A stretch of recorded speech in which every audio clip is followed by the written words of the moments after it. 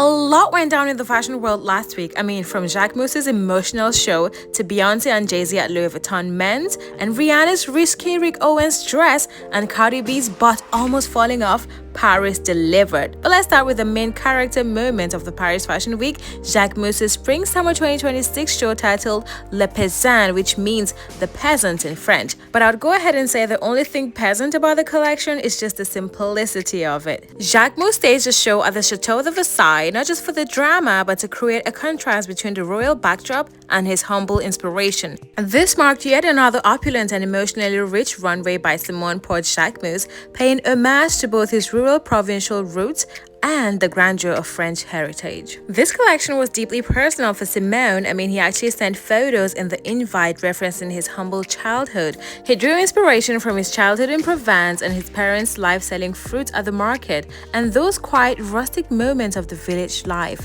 No wonder fruits are always on display at all his events. I mean, even the opening of his LA store, there were a lot of fruits, especially oranges and bananas. He has this love for like butter yellow color, and that inspiration certainly showed in the looks. I mean, we had crochet halters, voluminous aprons, gauzy skirts that move like summer wind, barely there slip dresses in linen and tulle, men in bromade shorts, upside down berets, and flowing neutral suits. Everything looked like a daydream, minimal, airy, and sun-kissed, but still high fashion. Of course, it's Jacquemus, baby. Now let's talk about the guests, because the front row was given quiet luxury meets red carpet royalty. So who was there? We had Camilla Alves and Matthew McConaughey, and they showed up serving understated elegance in coordinated tonal linen looks. I mean, look at that blazer on her and the oversized pants, and Matthew has this blazer on as well, and then we've got the black pants and the black shoes. Minimalist, classy, quiet luxury. I mean, even the plain white backdrop that has no label, no name is screaming effortlessness. And we also had Emma Roberts, who looked super interesting but simple in this black top and skirt. I love the white skirt. I love the simplicity of it. It's speaking the Jacquemus language. And we had Lori Harvey and shoe designer Amina Mawadi looking really chic and cool, having the time of their lives. And we also had Laura Harrier in this long white feathery gown, and she paired it with a pair of red shoes and red handbag and the sunglasses to give it a bit of an edge. And we also had Aya Nakamura in this stunning white gown, which looks very simple at first glance,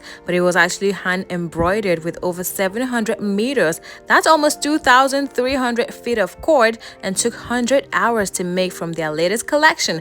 I love how angelic yet strong this looks because of those straight geometric lines. Lovely. Generally speaking, the Jacquemus show was really simple, it was really effortless, it was really airy. We saw some flowy gowns and we saw some really clean lines, and I love these dolman sleeves going on some of the gowns, and it just looks really easy actually. And the show was opened by a child who ran and opened the door to signify Jacquemus himself when he was a kid and was living the simple life. And the child actually had no shoes because, you know, as a peasant you hardly could afford those luxuries. So yeah, the show was really significant. Now moving on to some celeb sightings during other shows at the Fashion Week, because let's be honest, Fashion Week these days is not even about the clothes anymore, it's about who's in the front row. So we had Beyonce and Jay-Z at the Louis Vuitton men's show, literally overshadowing the entire event, especially because Pharrell Williams gifted Beyonce a brand new Louis Vuitton bag fresh off the runway. Geez, I wonder how the other guests felt. But I'm here thinking it's either Pharrell Williams used Beyonce to publicize the show and to sell more bags, because now everybody knows Beyonce has a bag. Whether she wears it or not, everybody knows that she has it. Now they're gonna rush and go and get it to be wearing the same bag as Beyonce, especially now that she's on tour and her name is all over the news. Because to me, if it were just an innocent gift, he could have given it to her behind the scenes. We didn't have to know, the cameras didn't have to capture it, but he did it in front of the whole world. Either that or it was all planned. She knew about it, she knew he was going to give her the bag, and maybe she just wanted to support him to publicize the show, or she was paid for it. It's maybe a paid promotion. This is not random. Anyways, we also had Rihanna pulling in 3 completely different looks. First as a stylish pregnant girlfriend, then as a mom, and then as a bad girl in that risque Rick Owens dress, and as a Smurf in this baby blue Chanel inspired gown with feathers and bead work, probably referencing Kate Hudson's 2003 pregnancy look. That being said, some designers were not all about the celebrity at all. They were all about the art, and they served. Rick Owens, the high priest of gothic futurism, gave us what he always gives: dystopia, drapery, and drama. His spring-summer 2026 show titled Temple, held outdoors at the Palais de Tokyo, overlooking a central fountain. The dramatic setting included a water-filled basin where models walked and even waded through, transforming the runway into an immersive apocalyptic spectacle.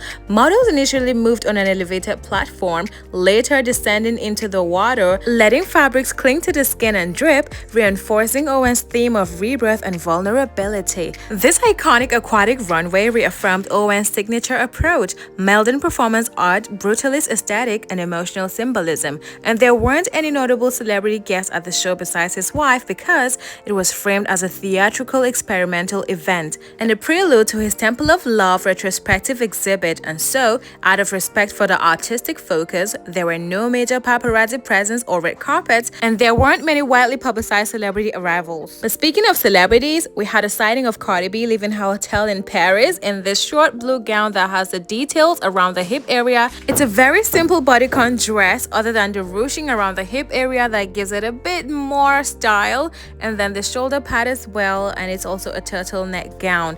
Now I think this is really beautiful, and the silver shoe matched the silver detail on the gown, and her hair is slicked back and all that, looking pretty. My only problem is it seems our hip and butt implants are going down. It seems like gravity is having a bit of a number on the girls, so we need to go back to the doctor and get him to move them back up into place, because girl is looking a bit disproportionate. You know, the waist is looking a bit too long, and then we have the hips, it's like two brackets on a stick. It just looks very, very disproportional to me. But if you check out other photos on Instagram, you would see that it's a bit edited to make it look more smoothed out, more round. It's not this stiff, it's not this sharp, the curves, you know. And also the thighs look way more smooth on her Instagram, so you know that editing has been done on those photos before they're posted. But it's very normal. I mean, we're in 2025 and this is very normal behavior, but just have it in mind that photos are edited before they are being posted out to you. So that was the weekly roundup. Thank you so much for hanging out with me. I'm Jojo the Map. I'll see you again in the next video. Till then, remain beautiful, remain stylish, remain blessed. Bye.